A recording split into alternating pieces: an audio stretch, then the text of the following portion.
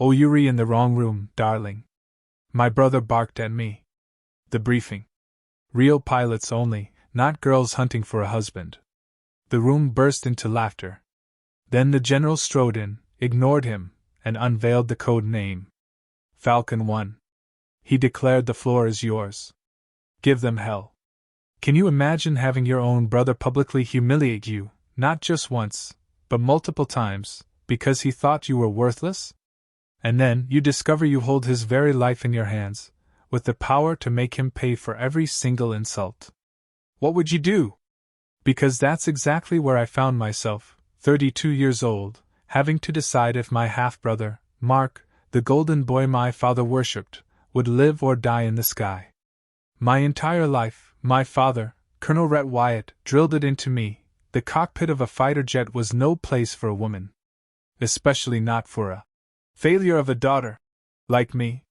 But the deepest cut, the most searing humiliation, didn't come from him. Oh no, that belonged squarely to Mark. It happened in a crowded briefing room at Nellis Air Force Base, buzzing with the arrogant energy of 100 of America's youngest, most cocky pilots. Mark, my half-brother, walked right up to me, pointed a finger in my face, and laughed. Loud. Sharp. He shouted, "Hey, you're in the wrong room, sweetie! This is for real pilots, men like us. It's not a place for you to find a husband." The entire auditorium erupted. 100 men, roaring with laughter. Mark winked at me, convinced he'd just scored a major point. I felt the blood rush to my face, burning hot. But it wasn't from shame. It was from pity. Pity for his absolute ignorance. Because Mark had no idea that the woman he just humiliated, the one he dismissed as just looking for a husband, was holding the call sign Falcon One. And I was the only person with the authority to order him to live or die in the sky today. The air in that main briefing room at Nellis always had a particular scent. A stale mixture of recycled AC fighting a losing battle against the Nevada desert heat, the sharp tang of burnt, government-issue coffee, and the overwhelming musk of testosterone. It was the first day of Red Flag, the premier air-to-air combat training exercise in the world. The room was packed. Rows of theater-style seats overflowed with the Air Force's best and brightest, or at least the loudest. They wore their green flight suits, zippers pulled to perfect military height, patches gleaming. They gestured wildly, mimicking dogfights, laughing too loud, posturing for all they were worth. It was a sea of egos, and I felt like a lone rock, invisible in their churning current. I stood near the front, off to the side by the water cooler. My flight suit was sterile, unadorned. No name tag, no rank insignia on the shoulders, no unit patches. Just plain olive drab green. To the untrained eye, or more accurately, the arrogant eye, I looked like support staff. Maybe intelligence. Maybe administration. Maybe just someone completely lost. I held a styrofoam cup of lukewarm water, observing them.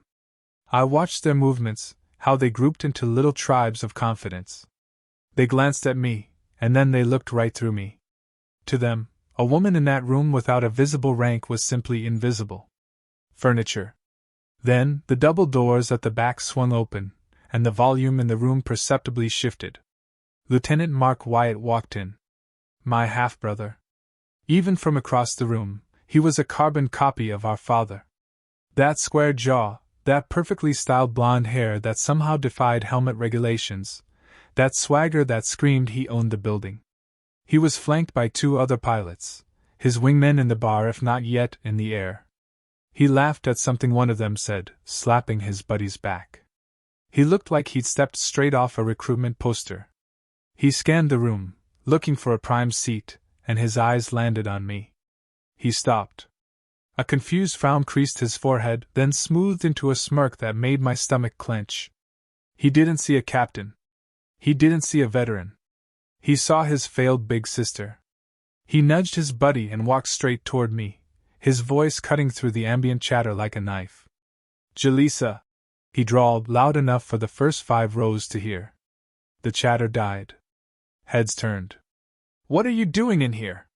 Did you get lost looking for the admin building?" I didn't move.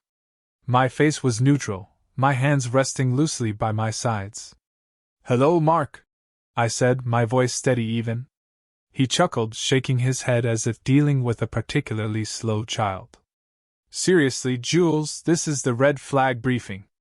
The big leagues. Did Dad send you to drop off my lunch or something?" He stepped closer, invading my personal space, pointing a finger at the door. "You need to clear out, sweetie. We're about to talk tactics. Real flying stuff, not the paperwork Dad said you were better suited for." He then turned to the room, spreading his arms wide, performing for his audience. "My sister, everyone. Looks like she's trying to find a husband since the flying career didn't work out." The room erupted. It wasn't just a few chuckles, it was a roar.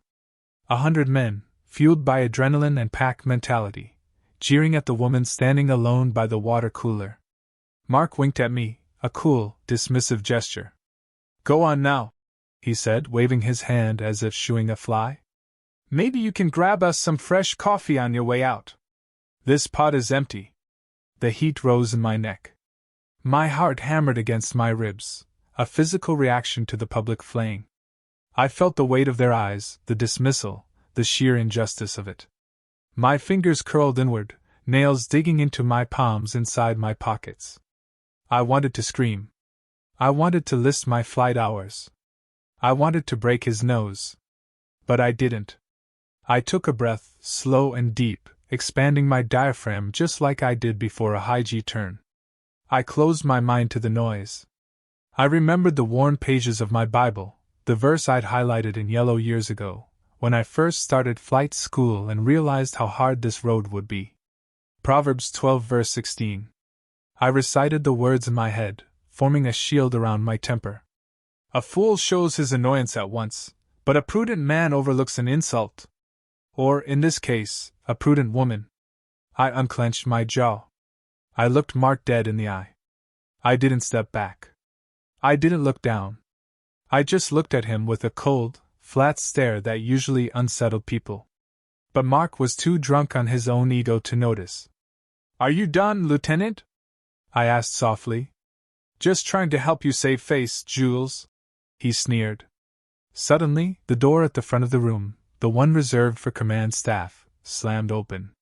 The sound cracked like a gunshot. "Room 10 hut!" a voice bellowed. The laughter died instantly. The silence that followed was heavy, suffocating. The sound of 100 bodies snapping to attention filled the air, the rustle of flight suits, the stomping of boots. Mark stiffened, his smirk vanishing, his eyes darting to the front. General Harris walked in. He was a legend in the Air Force, a man with silver hair and a face carved from granite, wearing 3 stars on his shoulders. He didn't look at the crowd. He didn't look at the projector screen. He walked with purpose, his boots echoing on the linoleum floor. He walked straight toward us. Mark puffed out his chest, preparing to greet the general, a desperate look of, "Notice me," in his eyes. He started to raise his hand for a salute. "General, I was just—" General Harris didn't even blink at him.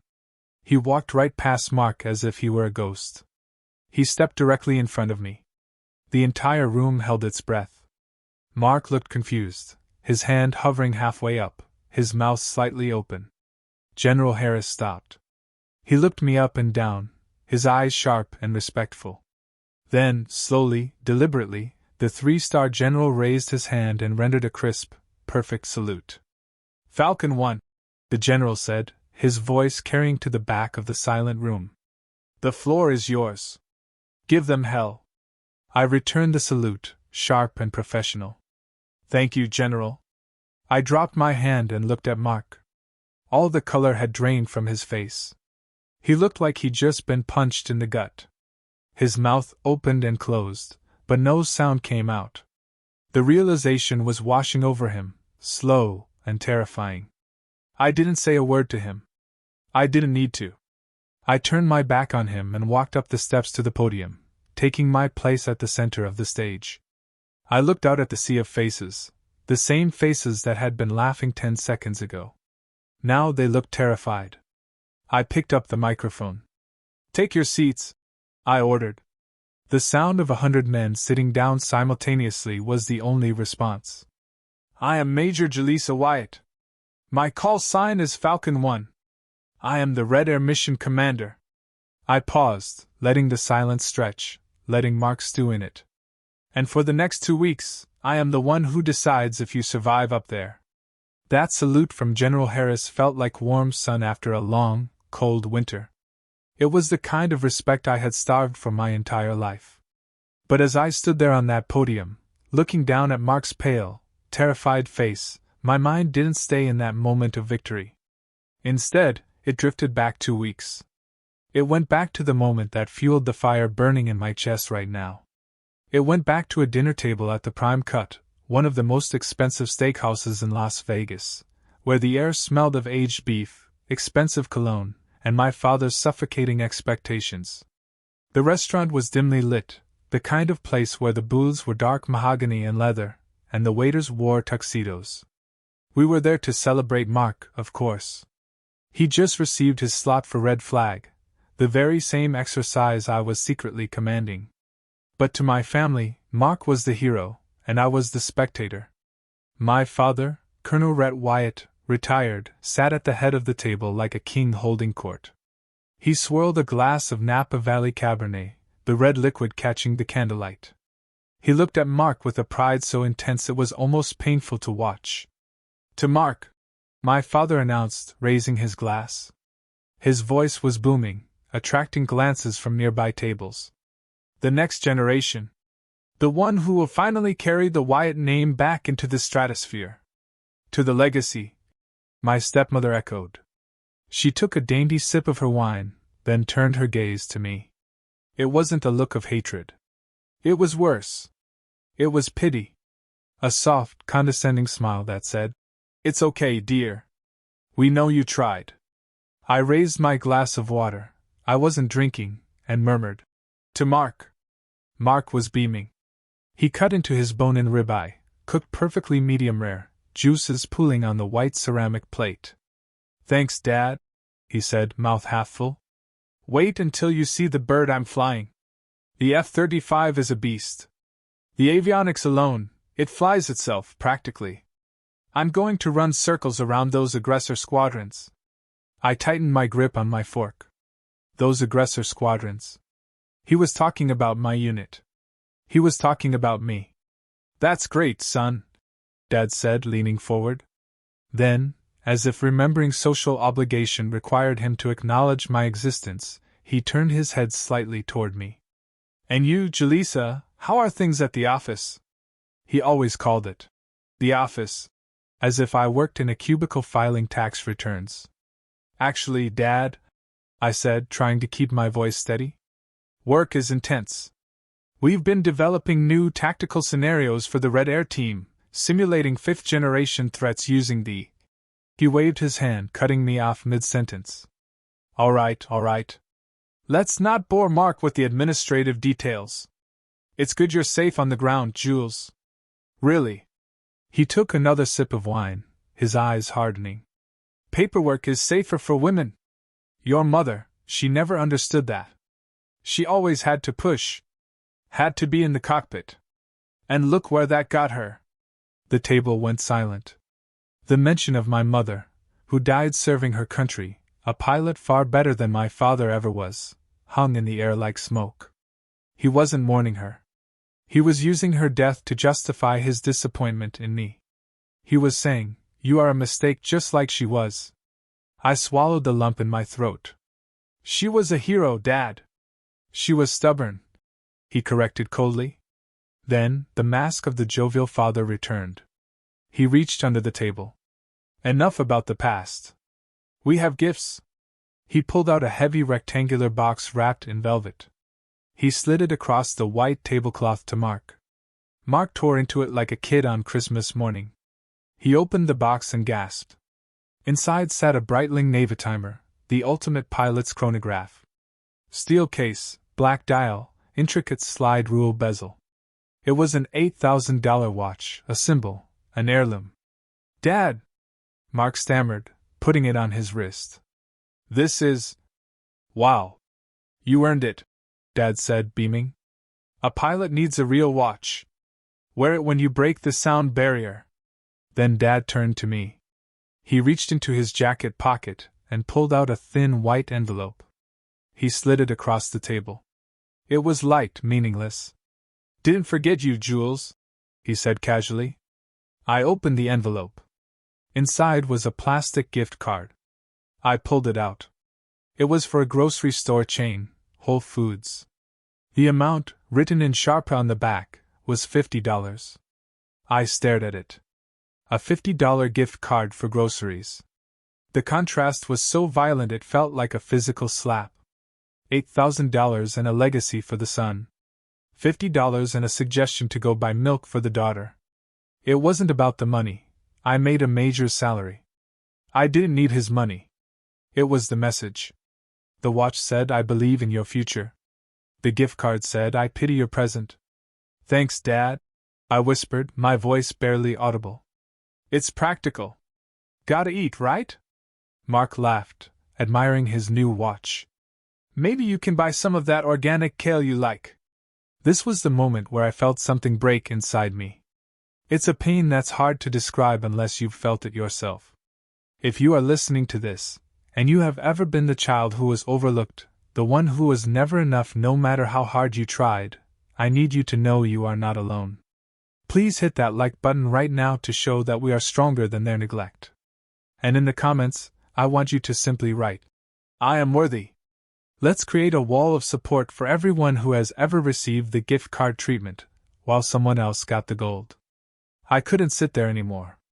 The smell of the steak was suddenly making me nauseous. The sound of their laughter felt like sandpaper on my skin. Excuse me, I said, standing up abruptly. Restroom. I didn't wait for a response. I walked quickly past the other tables, past the happy families and the business deals, and pushed into the ladies' room. It was quiet in there. The floor was black and white tile, pristine and cold. I gripped the edge of the marble sink, my knuckles turning white. I stared at my reflection in the expansive mirror. I looked for my father in my face, but I didn't see him. I saw her. I saw the sharp eyes of my mother. I saw the jawline that didn't know how to quit. I turned on the faucet, letting the cold water run over my wrists. I didn't cry. Crying was for the girl who wanted her daddy's approval. That girl died at the dinner table tonight. They don't know. I whispered to my reflection, the sound bouncing off the tiled walls. They think I'm a secretary. They think I'm weak. I dried my hands on a paper towel, my movements slow and deliberate. I thought about the mission briefing scheduled for 2 weeks from now. I thought about the flight roster I had already approved. I thought about the call sign, Falcon One. I tossed the paper towel into the trash bin. It hit the bottom with a soft thud. Enjoy the watch, Mark, I said to the empty room. Because in 2 weeks, time runs out. I straightened my blazer, fixed a loose strand of hair, and walked back out to the dining room.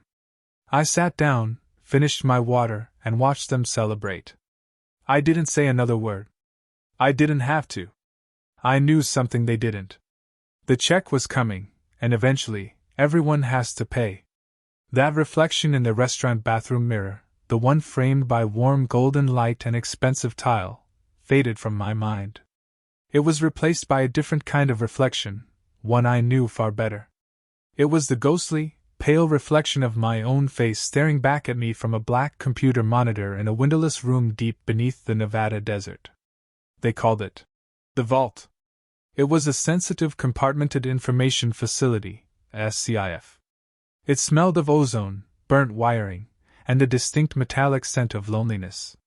There were no windows, no clocks, and the only sound was the low, constant hum of server banks cooling down the massive supercomputers that ran the war simulations. This had been my home for the last 3 years. This was where Jaleesa Wyatt died, and where Falcon One was built from the ashes. It started with the incident. The memory still tasted like copper in my mouth. 3 years ago, I was on the fast track. I was flying F-16s, logging hours, keeping my head down. Then came a routine training sortie with Kyle, Ripper, Vance, Kyle was everything the Air Force loved: loud, confident, and male. During a close formation maneuver, Kyle drifted. He got sloppy. He breached the safety bubble, nearly clipping my wing. To save us both, I broke formation hard, overjing the aircraft and damaging the airframe. On the tarmac, I expected an apology. Instead, I got an ambush. Kyle told the commander I'd panicked. He said, "I got emotional and erratic in the air." "She just flinched, sir," he said with a shrug, that casual betrayal that men like him practice so easily. "Maybe it was that time of the month." The commander didn't check the flight data recorder. He didn't interview the ground crew. He just nodded. It was the old boys' club closing ranks. I was grounded pending an investigation that never really happened. I was labeled a flight risk. But the worst part wasn't losing my wings. It was the phone call to my father. I remember standing by the payphone outside the hangar, fighting back tears, explaining that I'd been washed out of the squadron. I waited for him to get angry at them. I waited for him to demand justice. Instead, I heard a heavy sigh on the other end of the line. "See," Brett Wyatt said, his voice void of surprise. "I told you, Jaleesa. Biology is biology. The cockpit is a pressure cooker. You weren't built for the heat. Come home. Maybe we can find you a job in logistics." That "I told you so" broke something in me. But it didn't break me down. It broke me open. I refused to quit. If they wouldn't let me fly with them, I would learn how to kill them. I requested a transfer to the aggressors, the red team, the bad guys, the pilots who studied enemy tactics to train the good guys. It was considered a dead-end job for washouts and misfits. I treated it like a doctorate program in warfare. For 3 years I lived in the vault. I stopped going to the officers' club. I stopped dating. I stopped eating real meals, surviving on vending machine crackers and lukewarm energy drinks that tasted like battery acid. I worked 18-hour days. I didn't just learn to fly the enemy jets in the simulator. I learned to think like them. I taught myself to read technical Russian so I could understand the Sukhoi flight manuals in their original language. I memorized the radar cross-section of every fighter jet in the U.S. arsenal. I learned their blind spots. I learned that American pilots, especially the young hotshots like Mark, suffered from a specific, fatal flaw: arrogance. They trusted their technology too much. They assumed they were invincible. I became a predator. I sat in that dark room, my face illuminated by the blue glow of tactical maps, designing scenarios that were nightmares. I wasn't just a pilot anymore. I was an architect of doom. I learned how to bait them, how to frustrate them, how to make them angry. Because an angry pilot makes mistakes. One night, or maybe it was early morning, time didn't exist in the vault. I was running a solo simulation. It was 3:00 a.m. I was controlling a flight of 4 digital Su-57s against a squadron of 12 F-35s. The odds were impossible. That was how I liked it. My fingers flew across the keyboard and the throttle controls. I wasn't panicking. I was in a flow state, cold and precise. I used one of my digital jets as a rabbit, a decoy, dragging the blue team into a surface-to-air missile trap. Then I flanked them. One by one, the good guys disappeared from the screen. Splash 1, splash 2, splash 3. I wiped the kill board clean. 12 American jets down. 0 losses for me. I leaned back in my chair, rubbing my burning eyes, exhaling a breath I didn't know I was holding. "Run it again," a voice said from the shadows behind me. I jumped, spinning my chair around. Standing there, holding a styrofoam cup of coffee, was General Harris. I hadn't heard him come in. He was wearing his service dress blues, probably coming back from some late-night meeting in D.C. He was looking at my screens with an intensity that unsettled me. "General," I stammered, starting to stand up to salute. "Sit down, Major," he ordered, waving a hand.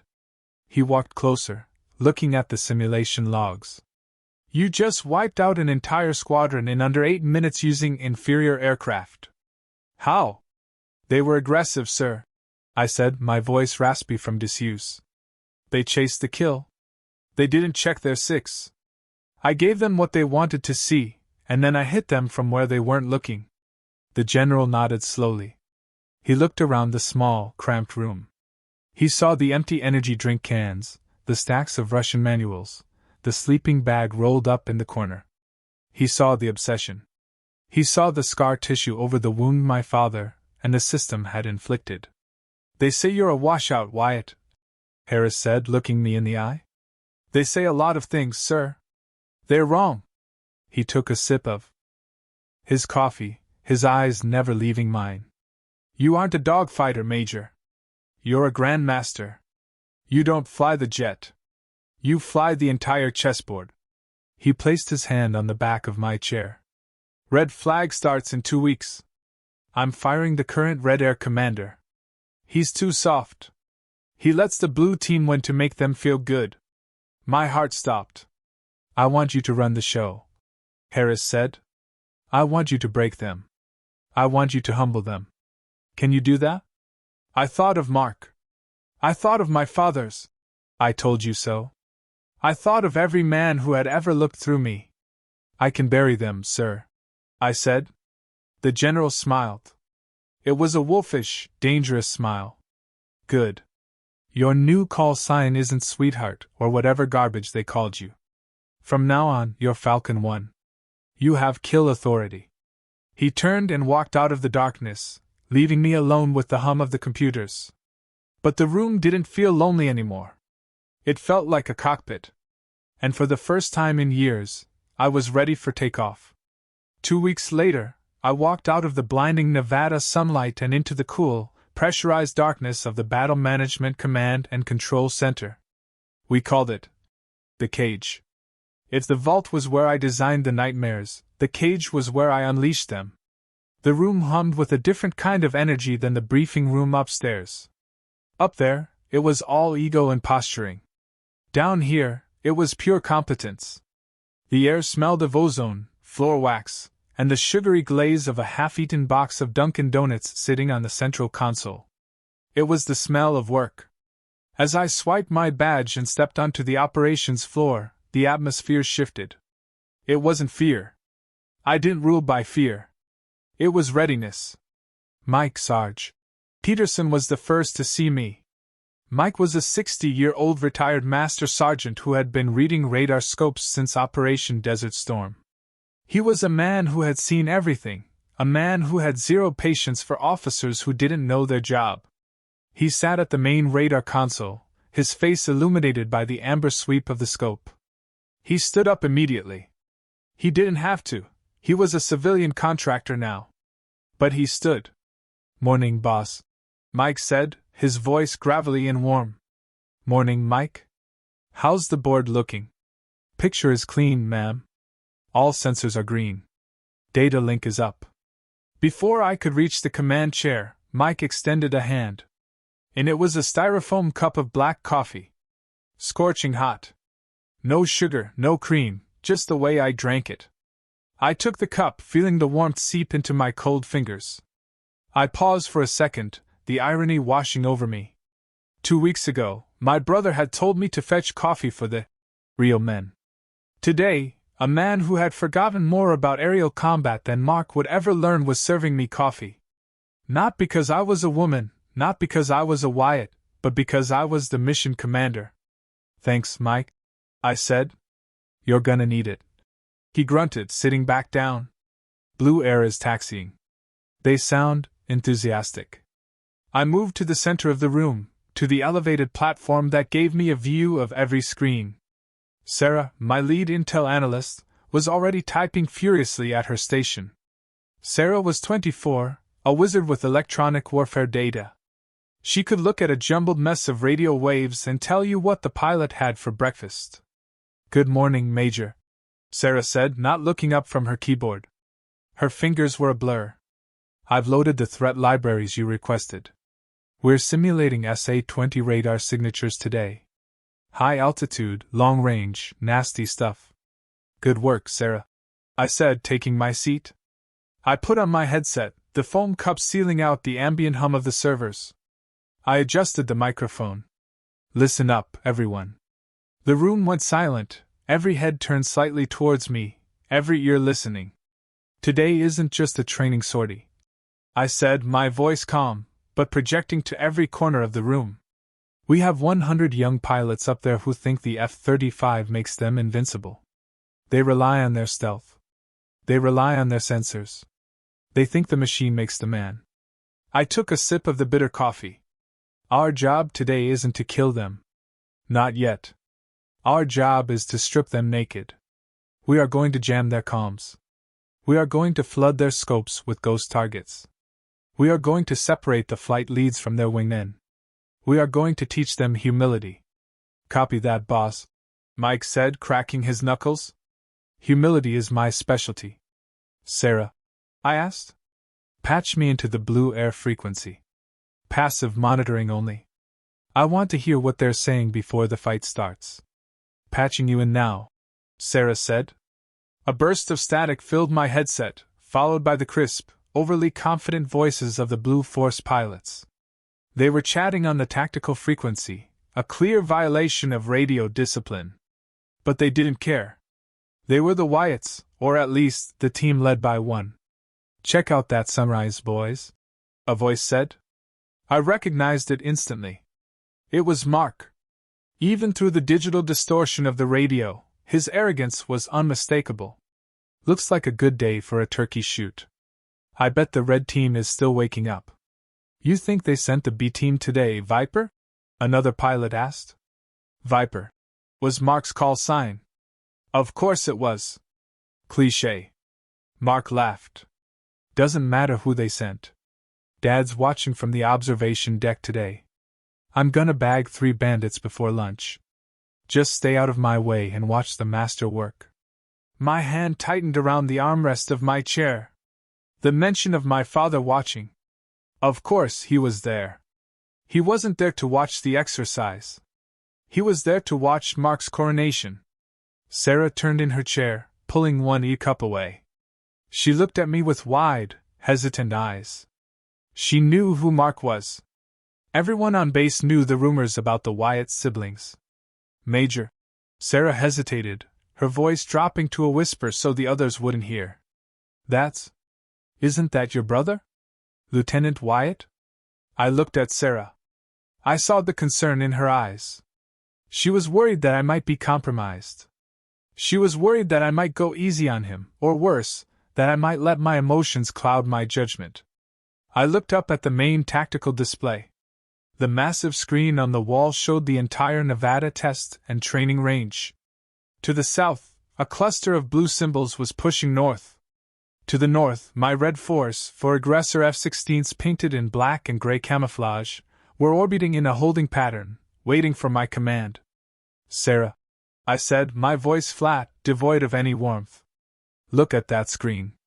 What do you see? She blinked. A blue force, ma'am. 4 F-35s. Exactly, I said. I see 4 aircraft. I see heat signatures. I see radar cross-sections. In this room, Sarah, I don't have a brother. I don't have a father. I have targets. And right now, that lead target is flying sloppy. Sarah straightened up, her expression hardening into professionalism. She nodded once. Understood, boss. Mike, I called out. What's the status of my Red Air flight? Red flight is on station, Major.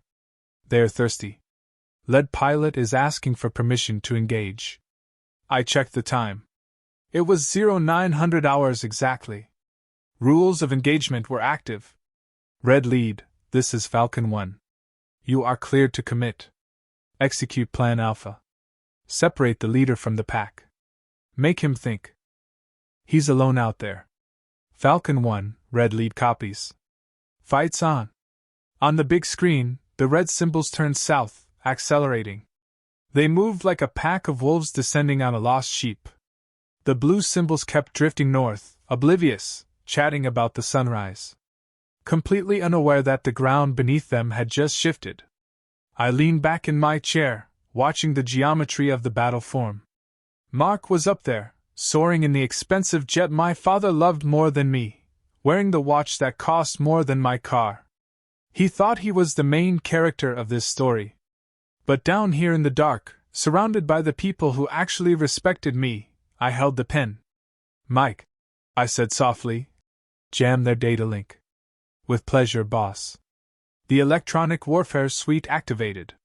Up in the sky, Mark's fancy displays were about to start lying to him. The game had officially begun. The radar screen in front of me was a sea of black, punctuated by the glowing geometry of war. From my elevated chair in the cage, I watched the digital representation of the Nevada desert. To the uninitiated, it looked like a video game. To me, it was a psychological profile of every pilot in the sky. And right now, the profile for Viper One, Lieutenant Mark Wyatt, was flashing red with Narcissist. Red execute maneuver Delta. I murmured into my headset.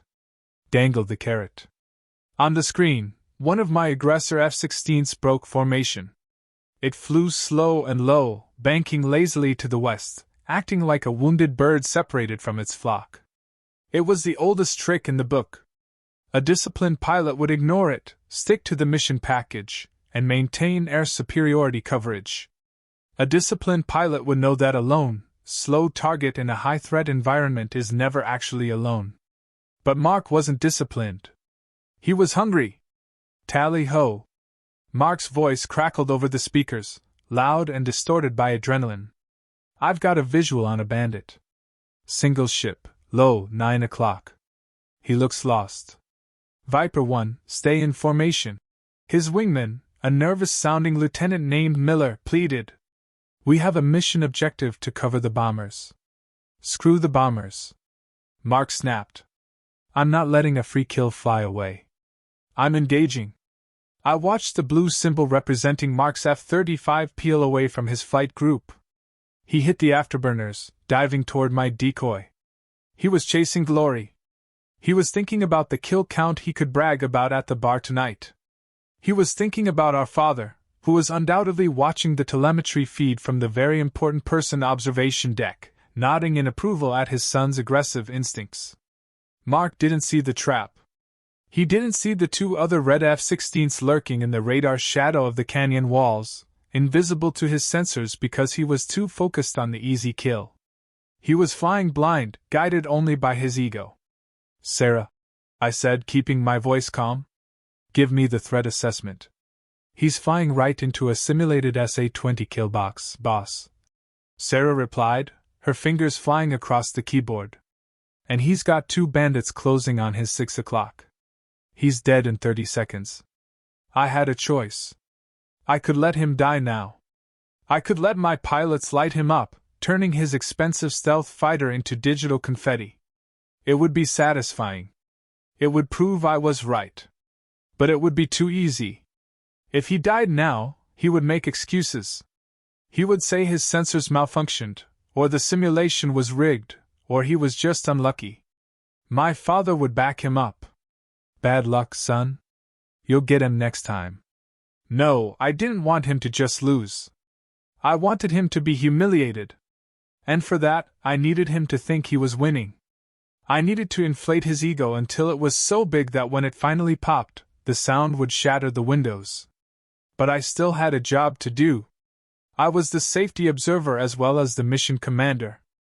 I reached for the switch on my console that activated the voice modulator.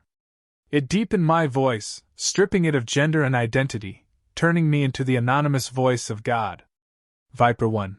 I broadcasted on the guard frequency, the emergency channel everyone monitored. You are entering a high-threat zone. Multiple SAM indications. Bandit ambush imminent. Abort run. Return to formation. There was a pause. For a second, I thought he might listen. I thought maybe, just maybe, the training would override the arrogance. Then Mark keyed his mic. Get off the channel. I've got a tone. I don't need some paper pusher telling me how to fly my jet. I see the target. I'm taking the shot. Paper pusher. The insult hung in the cool air of the control room. Beside me, Mike stiffened. He looked up at me, his eyes wide. He knew exactly who that paper pusher was. He waited for me to explode. He waited for me to scream into the mic, to reveal myself, to ground Mark right then and there. I didn't blink. I didn't raise my voice. I looked at the screen. Mark was now deep inside the trap. My two hidden aggressors had locked onto him. They had a perfect firing solution. Fox 2 solution acquired. My red lead pilot reported in my ear. I have him dead to rights, Falcon One. Request permission to kill. I watched the geometry on the screen. Mark was lining up his shot on the decoy. He was seconds away from his victory. Negative, I said. My voice was ice. Hold fire. Mike swiveled in his chair. Boss, he's wide open. They can splash him right now. I said, hold fire. I repeated. Let him take the shot. Let him get the kill. But why? Mike asked, confused. He broke rules. He insulted you. If we kill him now, he learns nothing. I said, staring at Mark's blue dot. He needs to believe he's untouchable. He needs to believe his own hype. Let him have his little victory. Let him think he's a god for 15 more minutes. Because when I finally swat him out of the sky, I want him to know it wasn't bad luck. I want him to know it was me. On the screen, Mark fired. Fox 2. Fox 2. Splash 1. Bandit. He screamed in triumph. The decoy aircraft acknowledged the hit and turned off its transponder, signaling it was destroyed. Mark pulled his jet into a steep vertical climb, a victory maneuver that burned precious fuel and bled off all his energy. It was a rookie move. It was a showboat move. Did you see that, boys? Mark crowed on the radio. That's how you clear the skies. 1 down, 3 to go. He had no idea. He had no idea that my 2 assassins were flying silently, just 2 miles behind him, their radars in standby mode, tracking him with infrared search and track systems. He had flown through the death zone 3 separate times in the last 60 seconds. By all rights, he was a ghost. All red units. I commanded softly. Fade. Disengage. Let him go home. My pilots peeled away, disappearing back into the digital noise. Mark turned his jet toward the base, unaware that he was only alive because I allowed it. He thought he was a predator. He didn't realize he was just a mouse that the cat had decided to play with for a little while longer. Sarah, I said, taking off my headset. Save the tape. Save the audio of him refusing the safety order. Save the telemetry showing he was locked up by 3 different missiles. Saved and encrypted, boss. Sarah said, a small, knowing smile playing on her lips. Good, I said, standing up. He's going to land now. He's going to walk into that debriefing room like he owns the place. He's going to tell Dad how great he is. I looked at the blank screen where the battle had just raged. Let him enjoy the sunset, I whispered. Because tomorrow I bring the storm.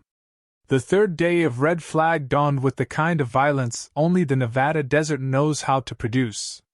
The sky wasn't blue, it was a bruised purple, heavy with dust and static. The wind howled across the tarmac at 40 knots, whipping sand against the hangars like buckshot.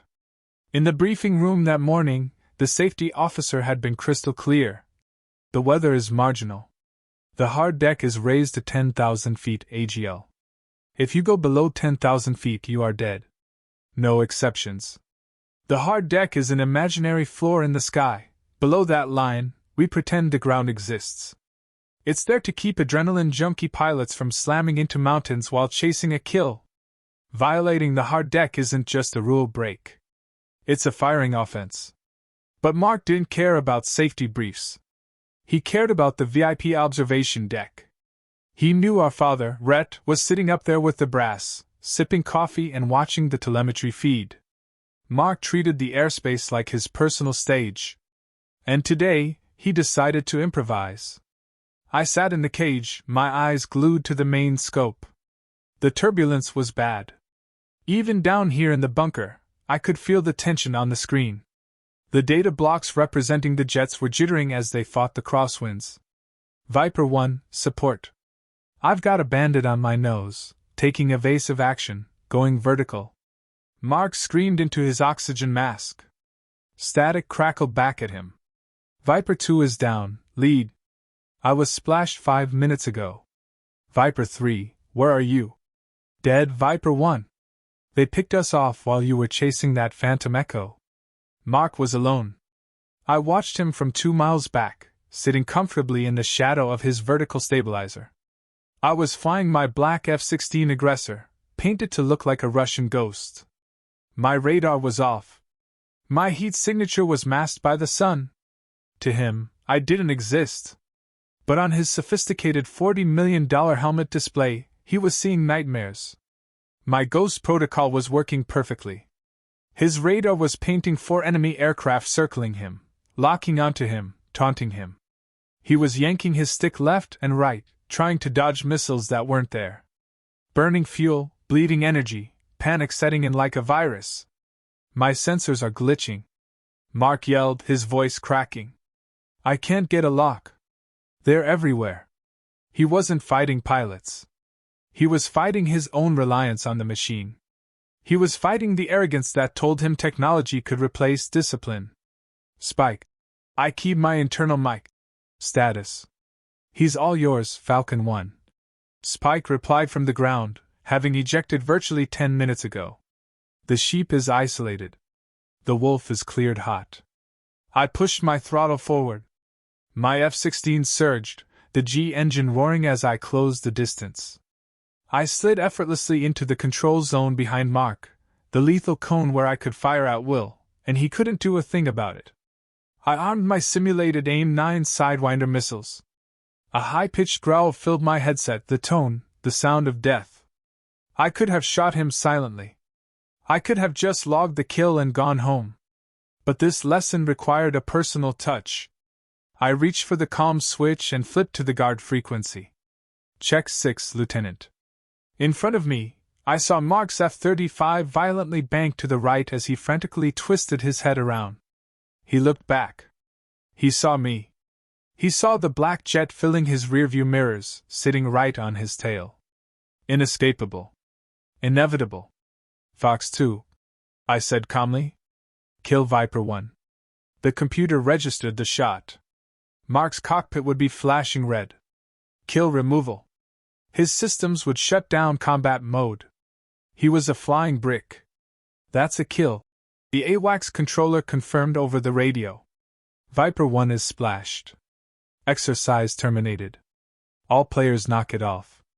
RTB. Mark didn't say a word. For the first time in his life, he was silent. 2 hours later, the main auditorium at Nellis was packed. The air was thick with the smell of dried sweat, adrenaline, and stale coffee. Every pilot from Red and Blue Forces was there. In the front row sat the brass, General Harris, flanked by the safety board officers and my father, Colonel Rhett Wyatt. Mark sat at the table on the stage, looking small. He was still wearing his G-suit. He looked at Dad, silently begging for a lifeline.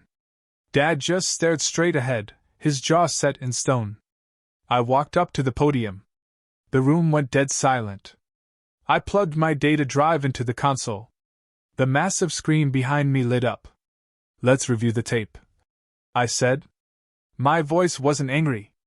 It was clinical. It was the voice of a coroner explaining a cause of death. The screen showed the HUD, heads-up display, footage from Mark's jet. It was a humiliating montage. It showed him chasing ghost signals. It showed him abandoning his wingmen. It showed him burning through his fuel reserves in panic. At 8:15, I said, using a laser pointer to circle the data block. Lieutenant Wyatt broke formation to pursue a false radar signature. In doing so, he left his wingman Viper 2 exposed to a flank attack. Viper 2 died 60 seconds later. Mark shifted in his seat. My radar was jammed. He mumbled. The system was giving me false positives. It was a technical glitch. It wasn't a glitch, I said, cutting him off. It was a test. A test of situational awareness. You trusted the screen instead of looking out the window. I clicked the remote. The video advanced. At 8:22, Lieutenant Wyatt violated the hard deck altitude restriction.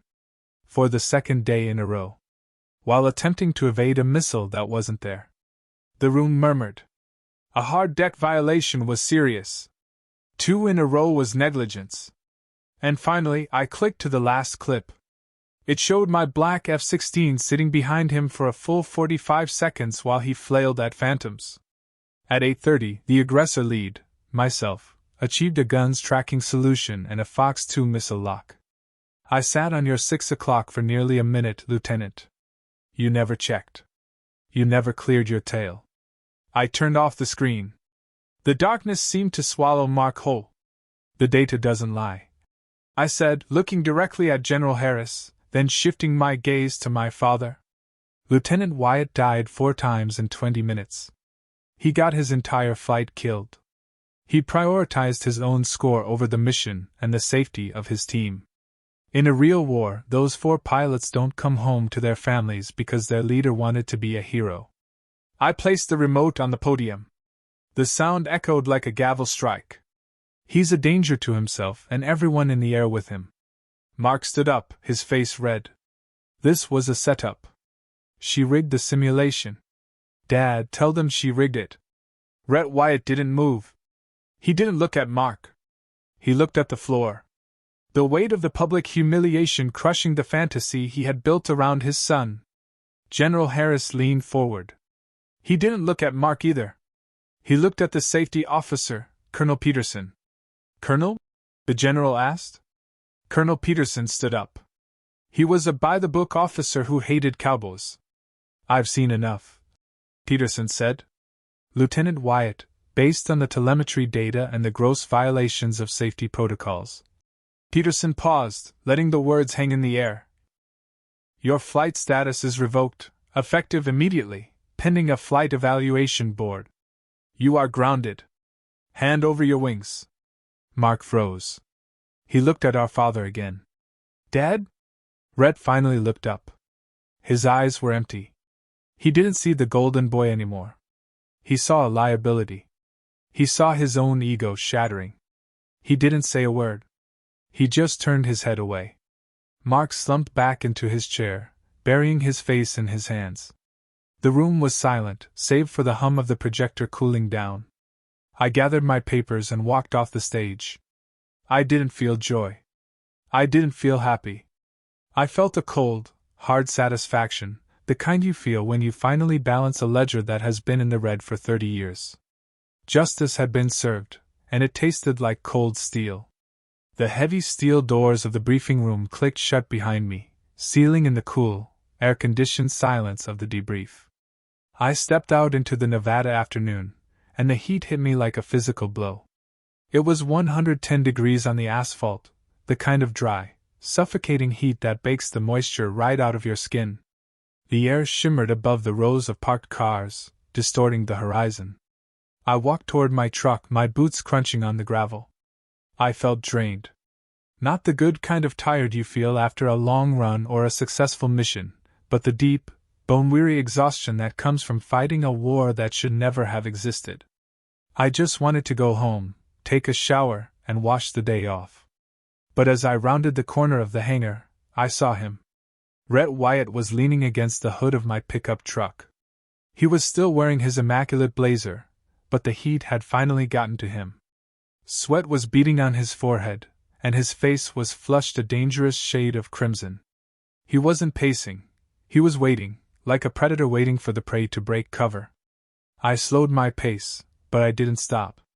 I put my sunglasses on, shielding my eyes. It was a small barrier, but it was mine. You look happy. Rhett spat out as I got within earshot. He pushed himself off the hood of my truck, blocking the driver's side door. I hope you're proud of yourself. I stopped 3 feet away from him. I'm not happy, Dad, and I'm not proud. I'm just doing my job. Your job? He laughed, a harsh, barking sound. Your job was to support your brother. Your job was to help him secure his legacy. Instead, you humiliated him. You humiliated me. He took a step closer, invading my personal space. His finger jabbed the air toward the building behind us. You rigged that simulation, Jaleesa, don't lie to me. I saw what you did. You programmed those ghosts. You set him up to fail because you couldn't stand seeing him succeed. You're jealous. You've always been jealous of him because he's the natural, and you're just you. I looked at this man. This man I had spent 32 years trying to impress. This man whose approval I had chased across 3 continents and through 2 combat tours. And suddenly, looking at him sweating in the parking lot, ranting about his own ego while his son's career lay in ruins, the illusion finally shattered. I didn't feel angry anymore. I felt nothing. A verse from the Bible floated into my mind clear as a bell. Matthew 7 verse 6. Do not give dogs what is sacred. Do not throw your pearls to pigs. If you do, they may trample them under their feet and turn and tear you to pieces. For years I had been throwing my pearls, my achievements, my love, my loyalty, at his feet. And he had trampled them every single time. It wasn't because I wasn't good enough. It was because he didn't know the value of pearls. I took a deep breath, inhaling the scent of hot tar and sagebrush. I didn't humiliate him, Dad, I said, my voice steady and low. You did. Excuse me? He sputtered, his eyes bulging. You humiliated him by making him believe he didn't have to work for anything. I continued, cutting him off. You gave him a watch instead of a work ethic. You taught him that rules were for other people. And today, the real world finally hit him. He's a Wyatt! Red shouted. He deserves to be alive! I snapped, my voice rising for the first time. The force of it made him flinch. Do you have any idea what happened up there? He died 4 times, Dad. 4 times. If those were real war, over the Pacific or the Middle East, Mark wouldn't be sitting in a debriefing room right now. You would be waiting on your front porch for a black sedan to pull up. You would be waiting for 2 officers in dress blues to knock on your door and hand you a folded flag. Red froze. The color drained from his face. In the military community, the folded flag is the ultimate silencer. It is the symbol of the final sacrifice. I saved his life today, I whispered fiercely. I grounded him so you wouldn't have to bury him. And instead of thanking me, you're standing here worrying about your reputation. Red opened his mouth. I saw a flicker of doubt in his eyes. But then the narcissism kicked back in. The wall went back up. He couldn't accept that he was wrong. He couldn't accept that his golden boy was flawed. You're ungrateful, he muttered, looking away, unable to meet my gaze. After everything I provided for you. I shook my head slowly. You provided a roof, Dad. But you never provided a home. I walked around him and opened the door to my truck. I climbed into the cab, the heat inside baking me, but I didn't care. I started the engine. Red banged his hand on the window frame. Where are you going? We aren't done. You need to fix this. You need to go back in there and tell General Harris it was a system error. I rolled down the window just an inch. The air conditioning blasted cold air against my face, a sharp contrast to the heat radiating off him. I'm done fixing your mistakes, Dad, I said. And I'm done apologizing for my success. Do not call me. Do not call me until you learn how to respect this uniform and the woman wearing it. I didn't wait for his response. I shifted the truck into drive and peeled out of the parking spot. I looked in the rearview mirror one last time. Red Wyatt was standing alone in the middle of the empty lot, small and shrinking against the vast, indifferent desert landscape. He looked like a man who had built a castle out of sand. And the tide had finally come in. I turned onto the main road, the base disappearing behind me. I reached over and turned off my phone. Silence filled the cab. It was the most beautiful sound I had ever heard. The fallout was swift, just as I knew it would be. Mark didn't get kicked out of the Air Force. The Wyatt name still carried enough weight to prevent a dishonorable discharge, and Dad pulled every string he had left to save face. But Mark's days as a fighter pilot were over. The Flight Evaluation Board reviewed my tapes. They saw the negligence. They saw the danger. They stripped him of his flight status permanently. 2 days later, I was walking through the administrative wing of the base HQ to file my final report. I turned a corner and nearly collided with a young officer pushing a heavy cart loaded with boxes of printer paper and toner cartridges. It was Mark. He was wearing his service dress uniform, but the pilot wings were gone from his chest. He looked tired. The swagger was gone. The hotshot smile was gone. He was now a logistics officer, a supply jockey, a paper pusher. He stopped the cart. He looked up and saw me. For a moment I thought he might yell. I thought he might repeat Dad's accusations. But he didn't. He looked at the Major's oak leaves on my shoulders. Then he looked at the boxes of paper he was pushing, the very job he had mocked me for having just 2 weeks ago. The irony hung in the air, heavy and thick. Mark's face flushed red. He didn't say a word. He just lowered his head, eyes fixing on the linoleum floor, and pushed his cart past me. The wheels squeaked, a sharp, annoying sound that faded as he disappeared down the long, fluorescent-lit hallway. I didn't stop him. I didn't gloat. I didn't say, "I told you so." I just kept walking. I had a squadron to command, and for the first time in my life, I wasn't walking in anyone's shadow. I was walking in my own light. 1 year.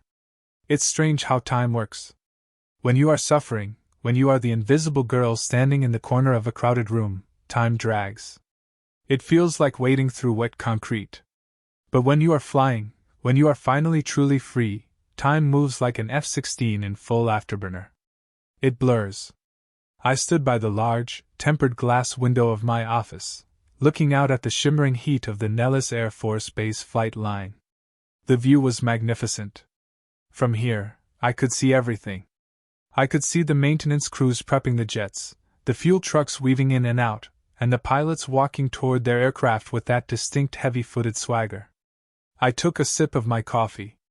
It wasn't the burnt, sludge-like liquid from the briefing room pot anymore. It was a fresh brew from the machine in the corner of my office. My office. I turned back to my desk. A mahogany nameplate sat on the edge, catching the afternoon sun. It didn't say, Assistant, or Admin. It read Major Jaleesa Wyatt, Commander, 64th Aggressor Squadron. A lot had changed in 12 months.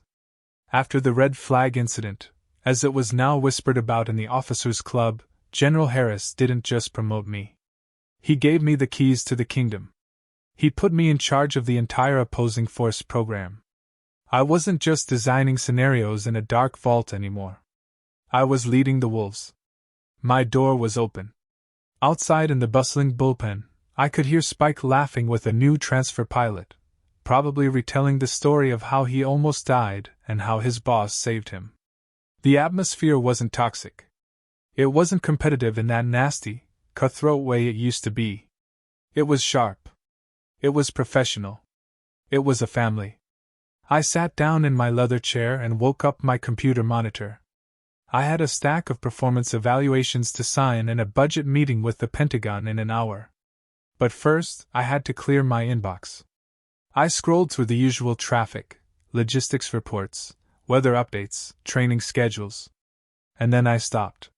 My finger hovered over runway maintenance. There was a name I hadn't seen pop up on my screen in exactly 365 days. Sender, Rhett Wyatt. Subject, just checking in. My heart didn't race. My palms didn't sweat. That panic response conditioned into me since childhood was gone. Instead, I felt a strange, detached curiosity. It was like looking at a specimen in a jar. I clicked open the email. Jaleesa, I hope this email finds you well. I heard through the grapevine that you made Major. Congratulations. That's a big step.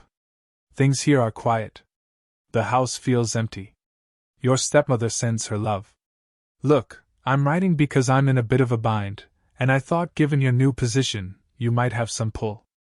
Mark is having a hard time in logistics. The work doesn't suit him. He's miserable.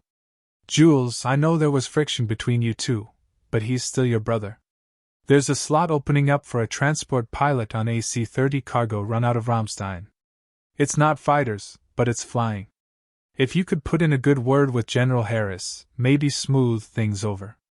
I think it would be a great fresh start for him. We should talk. It's been too long. Let's bury the hatchet. We're family after all. Best, Dad? I leaned back in my chair, reading the words again. It was a master class in narcissism. No apology, no acknowledgement of the screaming match in the parking lot. No. I'm sorry I told you that you were a failure. Just a casual congratulations followed immediately by a request for a favor. He called his son's near-death experience and gross negligence friction. He called my year of silence too long. He hadn't changed, not one bit. He was still trying to use me to fix the golden child. He still thought that family was a magic word that erased years of emotional neglect. For a moment, the 10-year-old girl inside me woke up. She wanted to reply. She wanted to type out a furious paragraph detailing every hurt, every slight, every birthday he missed. Every time he looked at me with disappointment. She wanted to scream, "Why do you only call when you need something?" But the Major silenced her. The Major knew better. I knew that if I replied, even if it was to say no, he would take it as an opening. He would argue. He would gaslight. He would drag me back into the mud. Narcissists don't care about negative attention, they just crave attention. They feed on the engagement. I looked at the options on my screen. Reply. Reply all. Delete. I moved the cursor to delete. But then I paused. Deleting it felt like hiding. It felt like I was afraid of the email, afraid of having it in my history. I moved the cursor to the right. Archive. To archive something means you aren't destroying it, but you are removing it from your active life. You are filing it away in a dusty cabinet in the basement. It exists, but it no longer has the power to clutter your daily workspace. It is a part of history, not the present. I clicked archive. The email vanished from my inbox. The screen was clean. I took a deep breath, and for the first time, I felt the air fill my lungs completely. I forgave myself in that moment. I forgave myself for not being the daughter he wanted. I forgave myself for not being able to save Mark. I forgave myself for walking away. I wasn't their savior. I was just Jaleesa. I stood up, grabbed my flight cap, and walked out of the office. I passed Sarah's desk. "Heading out to the line, boss?" she asked, looking up from her screens. "Yeah," I smiled. "I need some fresh air." I walked out of the air-conditioned building and into the heat. The sun was beginning to dip low, painting the Nevada sky in streaks of violent orange and bruised purple. It was the golden hour. The sound hit me first, the roar of afterburners tearing through the atmosphere. I looked up. A flight of 2 F-16s, painted in the black and blue wraith scheme of my squadron, was rotating off the runway.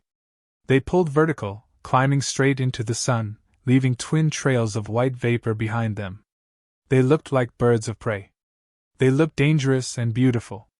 I watched them climb until they were just specks against the vastness of the sky. My father used to tell me the story of the phoenix, the bird that burns and rises from the ashes. He told it to Mark, saying it represented resilience. He never told it to me. He didn't think I had any fire in me. He was wrong. I didn't need his fire. I had built my own. I had burned down the life they tried to force me into, the life of a secretary, of a spectator, of a disappointment, and I had risen from those ashes, not as a daughter, but as a commander. The wind whipped at my hair, smelling of jet fuel and sage. I closed my eyes and listened to the roar of the engines. It was the sound of my heartbeat. It was the sound of my life. I was 33 years old. I was alone in the traditional sense, no parents calling to check on me, no brother to share holidays with, but standing there on the tarmac, surrounded by the thunder of freedom, I had never felt less lonely. I opened my eyes and looked at the horizon where the mountains met the sky. "I am Jaleesa Wyatt," I whispered to the wind. "And I am not his daughter anymore." I am Falcon One. I turned around and walked back toward the hangar, ready for the next mission. The sky was wide open, and for the first time, it was all mine. Hitting that archive button was the hardest maneuver I ever executed. Harder than any dogfight. But sometimes you have to eject from a toxic situation to save your own life. If my story resonated with you, if you are currently fighting to find your own sky away from someone else's shadow, I want you to know you are cleared for takeoff. What would you have done in my place, especially when family tries to hold you back? Tell me what you think in the comments. I really want to know.